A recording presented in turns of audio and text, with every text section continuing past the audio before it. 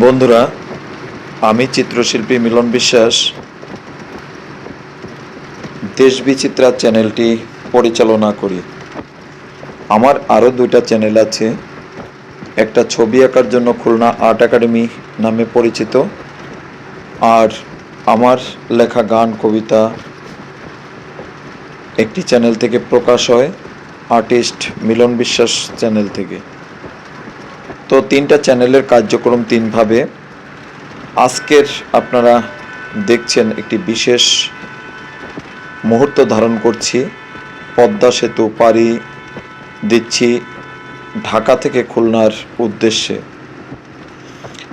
তখনই ভাবলাম যে এই জার্নিটা এই রাতের পরিবেশটা তুলে ধরি, তারই সঙ্গে আমি আমার এই ঢাকায় আসার উদ্দেশ্য আমি এখানেই ব্যক্ত করি। 3 মে রোজ রবিবার আমি ঢাকার উদ্দেশ্যে রওনা দিই আমার একজন প্রিয় স্টুডেন্ট সুজয় রায় তার সঙ্গে। সুজয় রায় ঢাকা বিশ্ববিদ্যালয় থেকে পড়াশোনা শেষ করে বর্তমানে একটি সফটওয়্যার কোম্পানিতে চাকরি করে।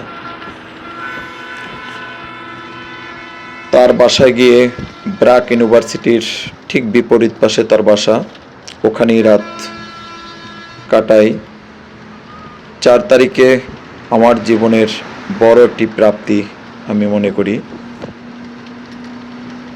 মাছরাঙা টেলিভিশনে আমাকে আমন্ত্রণ জানিয়েছে রাঙা সকাল অনুষ্ঠানের অতিথি হিসাবে। আমি টকশোতে এবারই প্রথম গেলাম। সকাল হলে আমার 9:30টার মধ্যে পৌঁছাতে হবে মাছরাঙা টেলিভিশনে। তাই সকাল হলে কিভাবে যাব, কারণ ঢাকার চলাচল করার জন্য অবশ্যই সঙ্গে একজন মানুষ প্রয়োজন, কারণ আমি ঢাকায় তেমন কোথাও চিনি না। তাই আমার প্রিয় স্টুডেন্ট সুজয় ছুটি কাটিয়ে ঢাকায় গিয়েছেন, তারও সকালে অফিস রয়েছে। তাই আমার একজন ভালোবাসার মানুষ, একজন আদর্শ সাংবাদিক আহমেদ হোসেন সানু, তিনি আমাকে এতটা ভালোবাসেন এবং খুলনা আর্ট একাডেমিকে এত ভালোবাসেন, সাংস্কৃতিক জগতের মানুষদের এত ভালোবাসেন, সেটা লিখে বা বলে বোঝানো সম্ভব না। তিনি ছুটে চলে আসলেন ব্র্যাক ইউনিভার্সিটির সামনে 7টার দিকে। আমি তখন ঘুম। ওখানে এসে ফোন দিলেন আমাকে নিয়ে বনানীতে যাবেন, 9:30টার মধ্যে ওখানে যেতে হবে, যেহেতু 10টার সময় রেকর্ডিং শুরু হবে। প্রোগ্রামের সঠিক সময়ে আমাদের পৌঁছানো উচিত। তাই তিনি শহরের যানজট বেড়ে যাওয়ার আগেই তিনি পৌঁছে গিয়েছেন।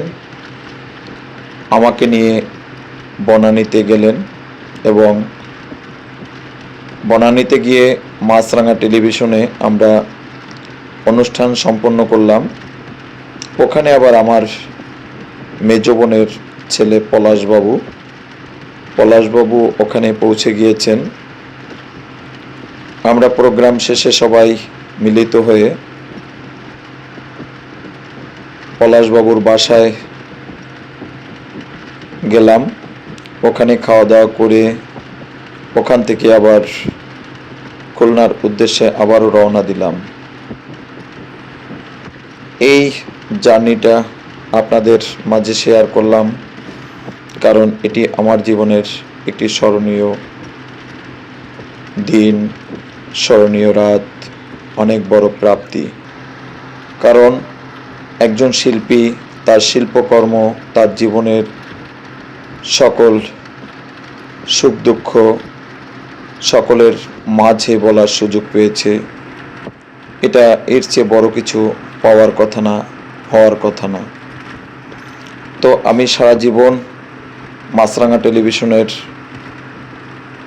পরিবারের প্রতি আমি কৃতজ্ঞ থাকব এবং আজ ডিজিটালের স্পর্শে এইখানে প্রোগ্রাম করার মতো সুযোগ হয়েছে, আমি আমন্ত্রণ পেয়েছি।